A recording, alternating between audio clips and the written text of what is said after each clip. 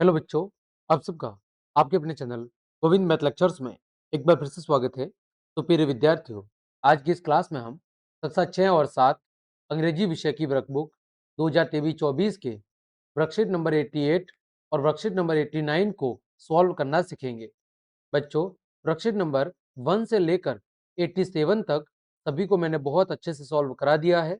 उनकी link video के description में दी हुई है या फिर चैनल की प्लेलिस्ट पर जाकर आप उन सभी क्लासेस को भी आराम से देख सकते हैं।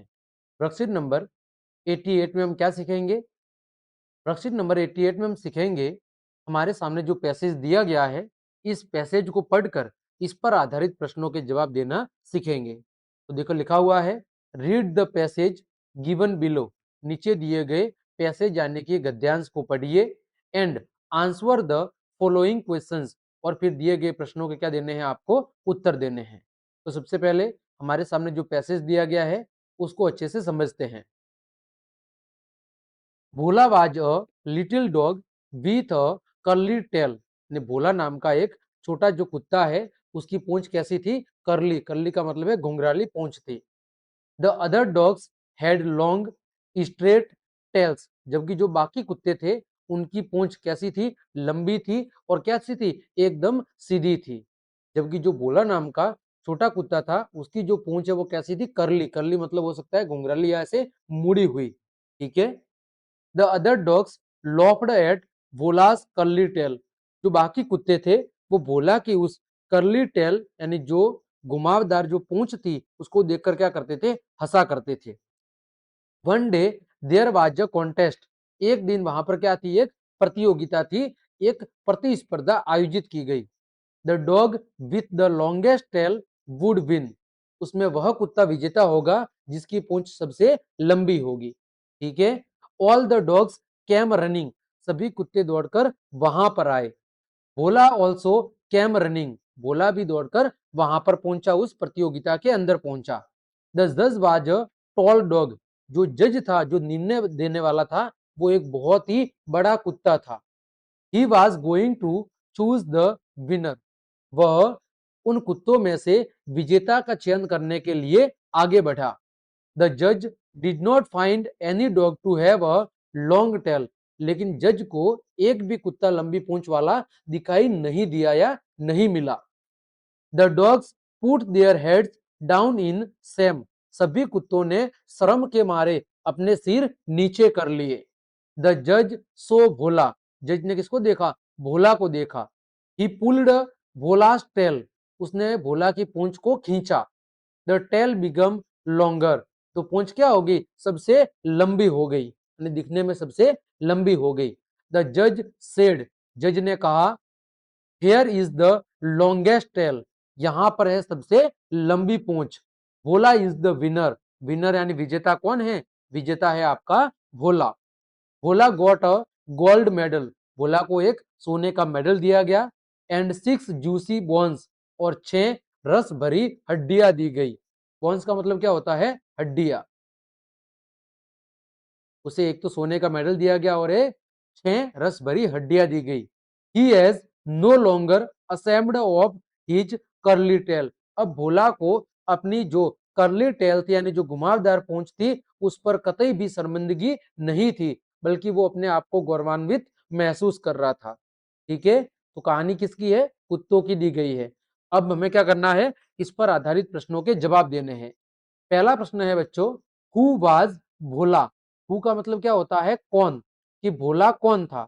तो भोला एक कुत्ता था जिसकी पूंछ कैसी थी? करली थी यानी कि मुड़ी हुई थी।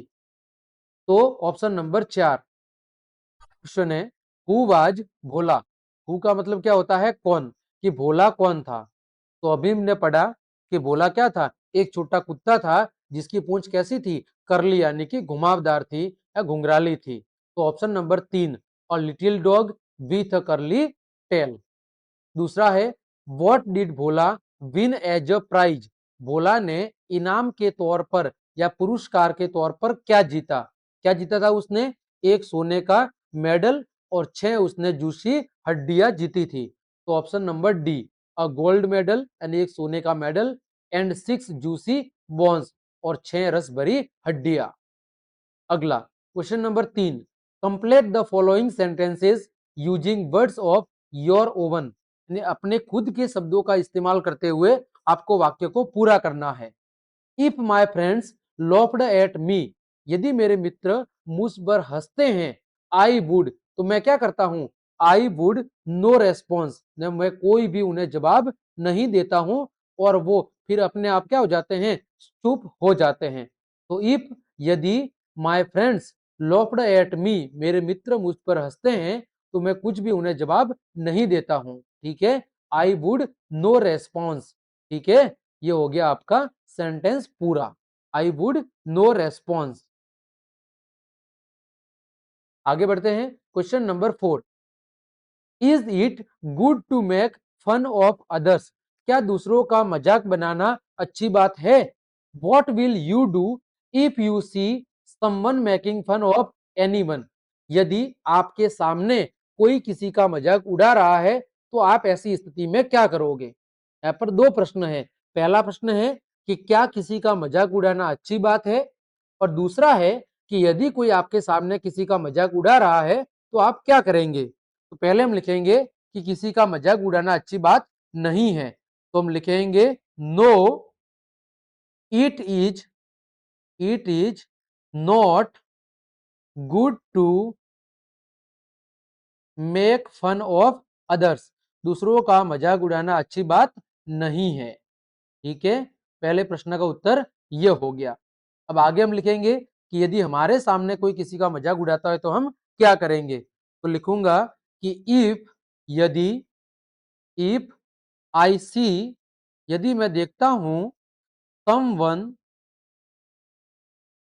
Someone making fun of others, यदि कोई किसी का मजाक उड़ा रहा है, मेकिंग फन ऑफ अदर्स, यदि मुझे किसी का मजाक उड़ाते हुए कोई दिखाई देता है तो मैं क्या करूंगा, आई विल फोरबिड, फोरबिड का मतलब क्या होता है, मनाही करना, forbid him not to do so, मैं उसे ऐसा करने के लिए क्या कहूंगा, मना करूंगा, उसे मनाही करूंगा कि आप ऐसा न करें। ठीक है, ये था आपका वर्कशीट नंबर 88। आगे बढ़ते हैं, worksheet number 89, uses questions words appropriately, यानी हमें प्रश्नवाचक शब्दों का सही से क्या करना है, उपयोग करना है। क्या करना है, प्रश्नवाचक शब्दों का उचित तरीके से उपयोग करना है। देखो, क्वेश्चन आपके सामने दिया गया है, make questions with the help of the words given in the bracket below, नीचे जो प्रश्नवाचक शब्द दिए गए हैं उन प्रश्नवाचक शब्दों का प्रयोग करते हुए आपको प्रश्न का निर्माण करना है। देखो, पहला है वॉट, वॉट का मतलब क्या होता है, क्या। हु का मतलब क्या होता है, कौन। हाउ मैनी का मतलब क्या होता है, कितने। जैसे उदाहरण के तौर पर दिया हुआ है, व्हाट इज योर नेम, आपका नाम क्या है, तो उत्तर क्या लिखा, माय नेम इज गोरी, मेरा नाम गोरी है। दूसरा देखो, उत्तर दिया हुआ है, देयर आर 4 ट्रीज, वहां पर कितने पेड़ हैं, 4 पेड़ हैं। तो हम प्रश्न कैसे पूछेंगे कि वहां पर कितने पेड़ हैं, तो हम लिखेंगे how many trees are there, कि वहां पर कितने पेड़ है, how many trees are there, वहां पर कितने पेड़ हैं। दूसरा देखो, उत्तर दिया हुआ है, दिस इज अ कैमल, यह क्या है, एक ऊंट है। तो हम प्रश्न क्या पूछेंगे, व्हाट इज दिस, क्या पूछेंगे, व्हाट इज दिस। अगला तीसरा, the children are in the park, बच्चे कहां पर है, बच्चे बगीचे के अंदर है। तो हम प्रश्न क्या पूछेंगे कि who are in the park, बगीचे के अंदर कौन है, who are in the park, बगीचे में कौन है। ठीक, आगे चौथा प्रश्न, उत्तर दिया हुआ है, देयर आर 2 बॉयज, वहां पर कितने लड़के हैं, 2 लड़के हैं। तो प्रश्न क्या पूछेंगे, how many boys are, how many boys are there, how many boys are there, कि वहां पर कितने लड़के हैं। अगला पांचवा, Pawan is a good boy, Pawan एक अच्छा लड़का है। तो प्रश्न क्या पूछेंगे, who is a good boy, कि अच्छा लड़का कौन है। ठीक है।